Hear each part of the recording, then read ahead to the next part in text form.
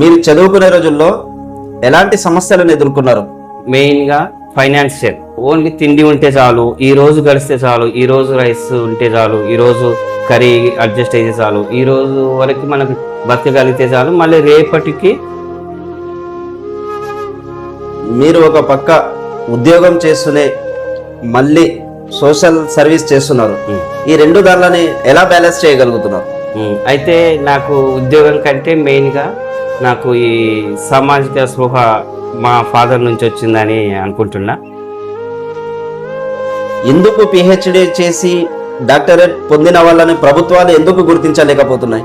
ఎంతవరకు ఉన్నా MSc B Ed lecturer లేదా టీచర్ ఈ రెండింటికి మధ్యనే మన ప్రభుత్వం ఆగిపోతుంది. రీసెర్చ్ వరకు వస్తే రీసెర్చ్ సరైన ఫండ్స్ కేంద్ర ప్రభుత్వం కానీ రాష్ట్ర ప్రభుత్వం కానీ సరైన ఫండ్స్ కేటాయించడం లేదు.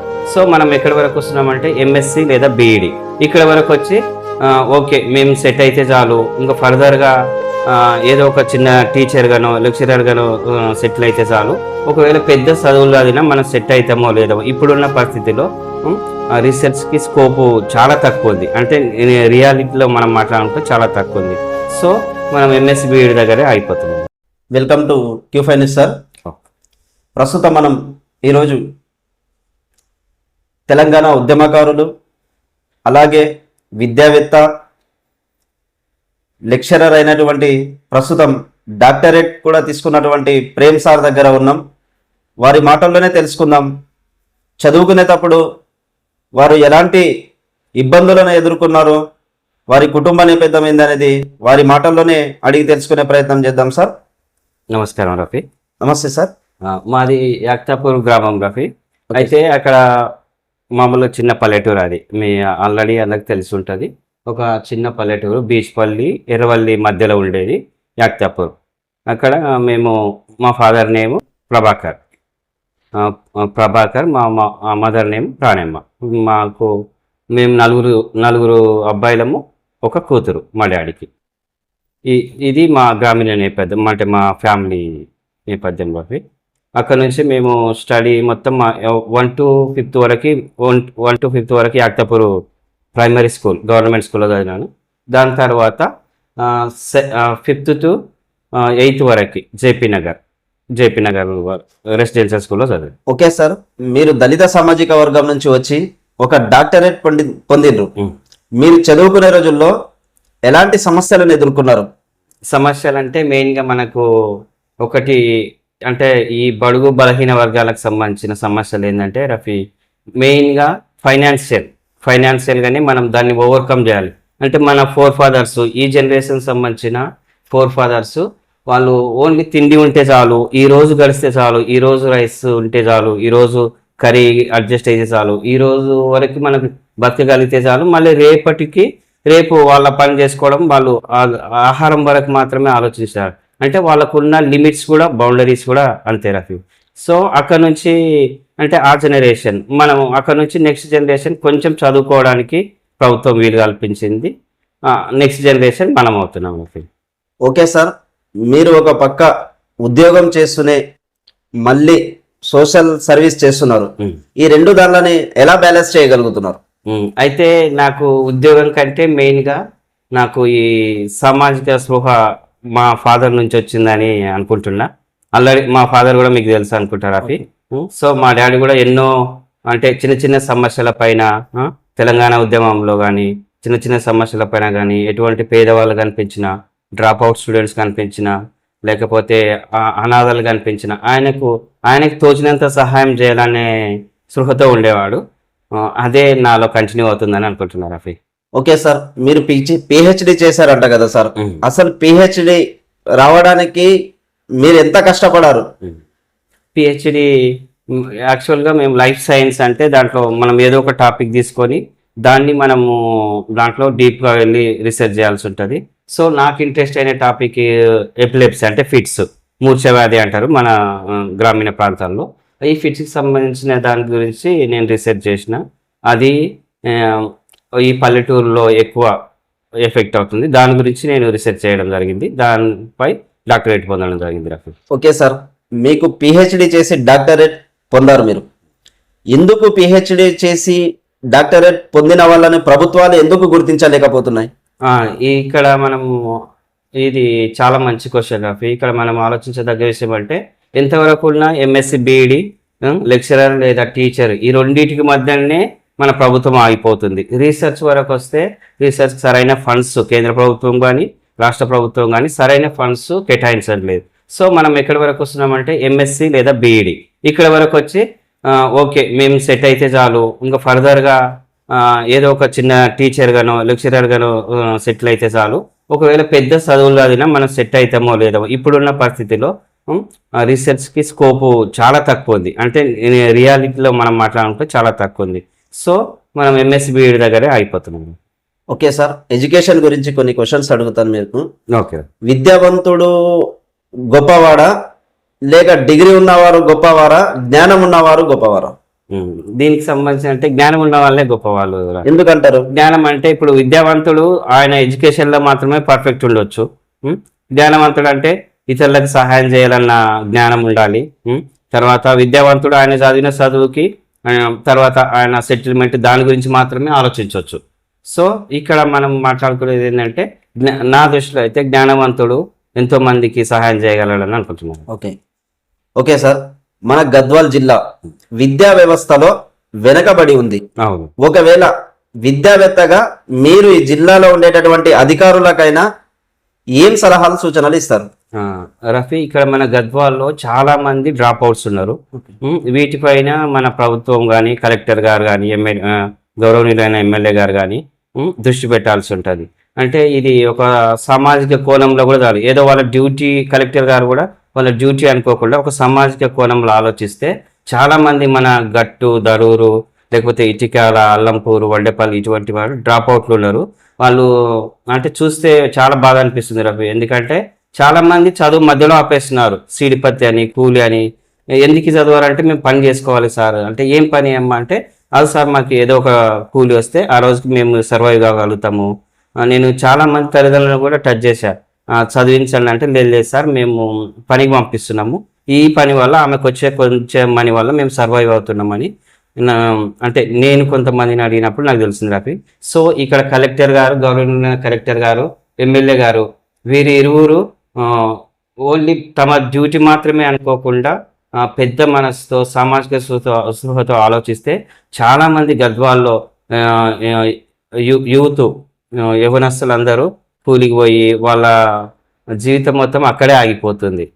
వాళ్ళ జీవితం మొత్తం ఆగిపోయి ఇదైపోతున్నారు రఫీ చదువు. ఓకే సార్, మీ బలం ఏంటి, బలహీనత ఏంటి? బలహీనతను ఎలా మీరు అధిగమిస్తారు? బలం ఏం రఫీ, మనం నిజాయితీ, మనం అంటే మనం నడిచే దారి కరెక్టా కాదా అనేది మన బలము. ఒకవేళ ఇటువంటి పర్ఫెక్ట్ అంటే రైట్ వేని ఎంచుకున్నప్పుడు మనం ఎంతమంది ఎదురొచ్చినా మనం అంటే ఫేస్ చేయగలుగుతాము. బలహీనత అంటే మనకు ఇదే రఫీ, మనకు సంబంధించిన సెటిల్మెంట్ ఆర్థిక సెటిల్మెంట్ లేకపోవడము మెయిన్ మా డ్రాబ్యాక్గా చెప్తున్నాను రఫీ. ఓకే సార్, మీరు చదువుకునేటప్పుడు విద్యా వ్యవస్థ ఒకలా ఉండేది, ఇప్పుడు విద్యా వ్యవస్థ ఒక వ్యాపారం లాగా అయిపోయింది. దీని గురించి మీరేమంటారు? ప్రతి స్కూల్లోనూ ఫీజులు విపరీతంగా వేస్తున్నారు. వాళ్ళు ఎంత అనుకుంటే ఎంత టార్గెట్. ఇది ఒక వ్యాపారంగా మారిపోయింది. మీరు అన్నట్టుగా రఫీ, ఇది విద్య ఒక వ్యాపారంగా మారిపోతుంది. నా దృష్టిలో ఈ విద్య మాఫియాగా మారడానికి కూడా కొద్ది సమయమే ఉంది రఫీ. ఇది ఒక మాఫియా అంటే వాళ్ళు ఎంత సంపాదించాలి అనే టార్గెట్లో ఉన్నారు తప్ప మన స్టూడెంట్స్ కూడా స్టూడెంట్కి నాలెడ్జ్ పరంగా కాకుండా బట్టి పట్టే విధానము, ఈ 100కి 100 తెచ్చుకోవాలి అనే స్ట్రెస్ వాళ్ళపైన నుంచి ఎంతోమంది చనిపోతున్నారు, సూసైడ్ చేసుకుంటున్నారు. ఆ పరిస్థితి ఎందుకు వస్తుందంటే వాళ్ళని ఫ్రీగా వదిలేయకపోవడము, వాళ్ళ మీద బళ్ళను పెట్టడము, మీరు 100కు 100 మార్కులు తెచ్చుకోవాలి, 100కు 100 మార్కులు తెచ్చుకోవాలనే ప్రాసెస్లో వాళ్ళని ఇబ్బంది పెడుతున్నారు. వాళ్ళ మానసిక స్థితిని గమనించట్లేదు. సో ఎంతోమంది చదువుకున్న విద్యావంతుల స్టూడెంట్స్ కూడా నారాయణ కాలేజ్ కానీ శ్రీ చైతన్య కానీ సూసైడ్ చేసుకుంటున్నారు అవి. సో ఇక్కడ మన పాయింట్ ఏంటంటే ఎక్కువ విద్యలో పిల్లలకు స్వేచ్ఛని ఇవ్వడం లేదు. ఫీజులు విపరీతంగా పెరుగుతున్నవి. ఈ ఫీజులని కట్టడి చేయాలి. తర్వాత పిల్లల్ని నా వరకు వస్తే పిల్లల్ని స్వేచ్ఛగా వదిలేదు. వాళ్ళు ఎంతవరకు చదవగలుగుతారు, చదవద్దని కాదు, వాళ్ళని స్వేచ్ఛగా వదిలేసి వాళ్ళకి ఏ సబ్జెక్ట్ ఇంట్రెస్ట్ దానిపైన వాళ్ళను పర్ఫెక్ట్గా చదవగలిగితే అప్పుడు వాళ్ళు ఒక ఇన్నోవేషన్ అంటే ఒక పరిశోధకులుగా కానీ వాళ్ళ ఓన్ టాలెంటెడ్ ఓన్ థింకింగ్గా వాళ్ళు ఆలోచించుకోగలుగుతారు రఫీ. ఓకే సార్, ప్రభుత్వ స్కూల్స్కి ప్రైవేట్ స్కూల్స్కి తేడా ఏంటి? ప్రభుత్వ స్కూల్కి ప్రైవేట్ స్కూల్ కంటే మెయిన్గా మనమే ఇక్కడ ప్రభుత్వ స్కూల్ని అండర్ ఎస్టిమేట్ చేస్తున్నాం. అంటే ఆ ప్రభుత్వ స్కూలే కదా, తక్కువ మార్కులు వస్తావేమో అని మనం అండర్ ఎస్టిమేట్ చేస్తున్నాం. యాక్చువల్గా ఇక్కడ ప్రభుత్వ స్కూల్లో అన్ని క్వాలిఫైడ్ టీచర్సే ఉంటారు. ఇక్కడ ఏంటంటే ప్రైవేట్లో క్వాలిఫైడ్ కాకపోయినా, అంటే తక్కువ క్వాలిఫికేషన్ ఉన్న వాళ్ళు స్ట్రెస్ పెట్టడము, లేకపోతే ఫోకస్ పెట్టడం, ఒక్కొక్క స్టూడెంట్ పైన పర్ఫెక్ట్ ఫోకస్ పెట్టి వాళ్ళని చదివించడము, అలా చేయడం వల్ల ప్రైవేట్ వాళ్ళు సక్సెస్ అవుతున్నారు. ఇక్కడ ప్రైవేట్ని మనం తప్పు పట్టాల్సిన అవసరం లేదు, వాళ్ళు జ్ఞానం నేర్పుతున్నారు.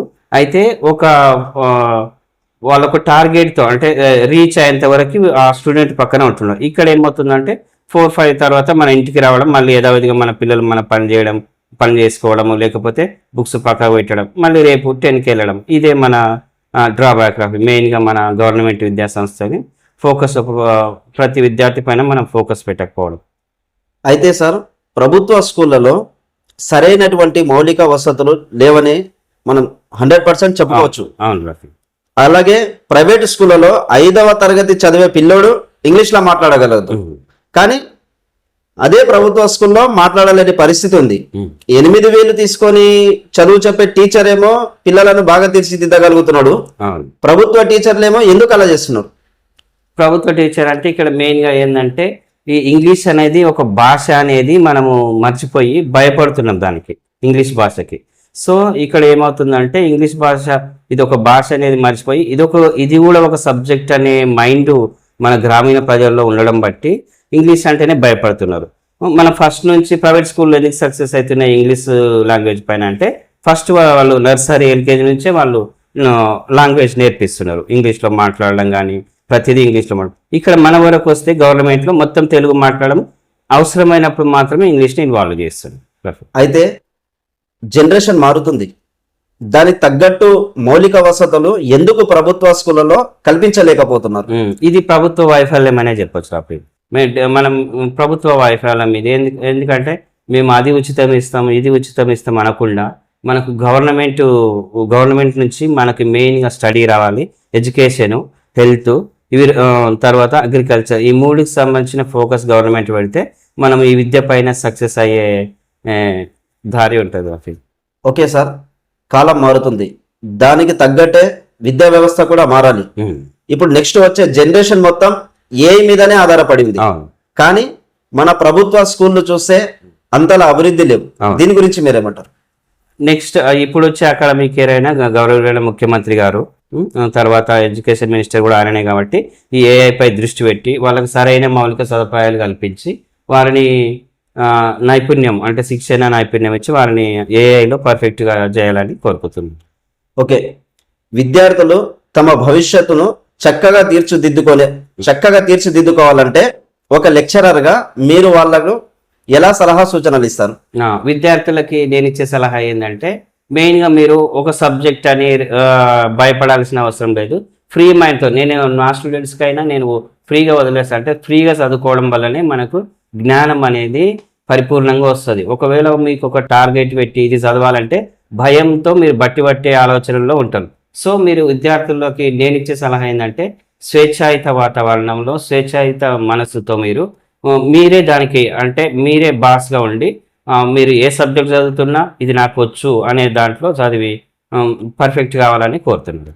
ఓకే సార్, ప్రభుత్వ విద్యా వ్యవస్థపై మీరు ఒకవేళ ప్రభుత్వానికి ఎలాంటి సలహాలు సూచనలు ఇవ్వాలనుకుంటున్నారు? ప్రభుత్వ విద్యా వ్యవస్థపై అంటే నా మెయిన్ గోల్ ఏంటంటే రఫీ, ఈ ప్రభుత్వము ప్రైవేట్ పాఠశాలలు మరియు ప్రైవేట్ హాస్పిటల్ని స్వాధీనం చేసుకోవాలి. ఇట్లయితేనే మారుతారనిపిస్తుంది ఈ సొసైటీ. లేకపోతే రేపొద్దున ఇప్పుడు డబ్బున్న వాళ్ళు ప్రైవేట్లో చదువుతారు, డబ్బు లేని వాళ్ళు గవర్నమెంట్లో చదువుతారు. సో ఇక్కడ వీళ్ళిద్దరిని పోటీ పెడితే ఎవరు మనకు విన్ అవుతారంటే ప్రైవేటు వాళ్ళు విన్ అయ్యే ఛాయిస్ ఉంది స్టూడెంట్స్. ఇక్కడ ఏంటంటే గవర్నమెంట్కి మీడియా ద్వారా నేనేం తెలియజేస్తున్నానంటే, ప్రైవేటు హాస్పిటల్స్ని కానీ ప్రైవేటు స్కూల్స్ని కానీ ప్రభుత్వమే స్వాధీనం చేసుకుంటే ఇది ఇంతకంటే వేరే దారి అంటే మంచి దారి అని నేను అనుకుంటున్నాను. ఓకే సార్, మీకు ఒకవేళ ప్రభుత్వాలు ఇచ్చే ఉచిత పథకాలకు మీరు సమర్థిస్తారా, లేక ఉచిత వైద్యానికి సమర్థిస్తారా? ప్రభుత్వాలు ఇచ్చే కొన్ని ఉచిత పథకాలు సమర్థిస్తా. దానితో పాటు 100% ఉచిత విద్య వైద్యాన్ని సమర్థిస్తారు రఫీ. ఓకే సార్, మీరు ఇటు జాబ్ అటు ఉద్యమాలు ఏదో ఒక రూపంలో మీరు గద్వాల్లో కొన్ని యాక్టివిటీస్ కార్యక్రమాలు చేస్తుంటారు. Yes sir. ఎలా బ్యాలెన్స్ చేయగలుగుతున్నారు ఇవన్నీ? బ్యాలెన్స్ అంటే నాకు సామాజిక స్పృహ ఇంతకుముందే చెప్పిన కదా, మా డాడీ నుంచే వచ్చిందని అనుకుంటున్నాను. ఆయన దాంట్లో చేసేది నేను 1% కూడా కాదు. మా డాడీ ఒక 100% చేసినానంటే నేను 1% కూడా కాదు రఫీ. సో నాకు ఏది చూసి అంటే ఏదైనా నిస్సహాయాలు కనిపించినా, అభాగ్యులు కనిపించినా, దరిద్రులు కనిపించినా, లేక దీనస్థితిలో ఉన్న వాళ్ళు కనిపించినా, ఏదో ఒక రూపకంగా ఏదో మన మాట సహాయం అయినా సరే, మనం అందరికీ ఫైనాన్స్ చేసి అసిస్ట్ చేయలేం. సో మాట సహాయం లేకపోతే ఏదో ఒక రూపకంగా వాళ్ళకి హెల్ప్ చేయాలన్న ఆలోచనతో ఈ సామాజిక ఉద్యమాలను కూడా ముందుకు తీసుకెళ్తున్నారు అట్లా. ఓకే సార్, మన జీవితాలు మారాలంటే కేవలం విద్యతోనే సాధ్యమంటారా? ఎస్ రఫీ, ఇది ఎగ్జాక్ట్లీ మీరే క్వశ్చన్ వేసినారు, మీరే ఆన్సర్ వేసినారు. విద్య మాత్రమే మనకు అంటే ముందుకు తీసుకెళ్లే మంచి ఆయుధం లాంటిది. ఈ విద్య మాత్రమే మనకి స్నేహితులు లాంటిది. మన జీవితంలో రెండు రఫీ, ఒకటి దేవుడు, విద్య, ఈ రెండింటిని మనం నమ్ముకుంటే ఈ రెండు మన జీవితంలో మంచి మిత్రులు లాంటి వాళ్ళు. విద్య కానీ దేవుడు కానీ మనకు మోసం చేసే ఛాయిస్ ఉండదు. సో నేను నమ్మేది ఏంటంటే రఫీ, దేవుడు, దాని తర్వాత మనం విద్యని, ఈ రెండింటిని నమ్ముకుంటే మనం జీవితంలో సక్సెస్ అవుతాం. మనం జీవితంలో సక్సెస్ కావడమే కాకుండా మన చుట్టూ ఉన్న పరిసర ప్రాంతాల్లో మనం ఎక్కడ వెళ్ళినా అక్కడ ఎవరైనా ఉంటే వాళ్ళకి హెల్ప్ చేసే సహాయ గుణం మనకి అలవడుతుంది. ఓకే సార్, ఇప్పుడు పాఠశాలలు తెరుచుకుంటున్నాయి. ఒక లెక్చరర్గా మీరు మీ స్టూడెంట్స్కి ఎలాంటి సూచనలు ఇస్తారు చెప్పండి. పాఠశాలలు అంటే ఏది రఫీ, మెయిన్గా మనకు గవర్నమెంట్ స్కూల్ అయినా జాయిన్ కావచ్చు. కాకపోతే మనకు అంటే డెడికేటెడ్గా చదివితే ప్రైవేట్ అయినా గవర్నమెంట్ అయినా ఒకటే. సో తల్లిదండ్రులను ఇబ్బంది పెట్టకుండా మనం గవర్నమెంట్లో అయినా చదివి సక్సెస్ కావాలని వాళ్ళని కోరుకుంటున్నారు. ఓకే సార్, మీ విలువైన సమయం మా Q5 న్యూస్ ఛానల్కి ఇచ్చినందుకు మరొకసారి మీకు హృదయపూర్వక ధన్యవాదాలు. Thank you. అలాగే మీరు అంచెలంచెలుగా పైకి ఎదిగి ఈ జిల్లాకు ఒక డాక్టరేట్ పొందిన వ్యక్తిగా మరిన్ని సేవలు చేయాలని Q5 న్యూస్ ఛానల్ తరపున మనస్ఫూర్తిగా కోరుకుంటున్నాం. Thank you.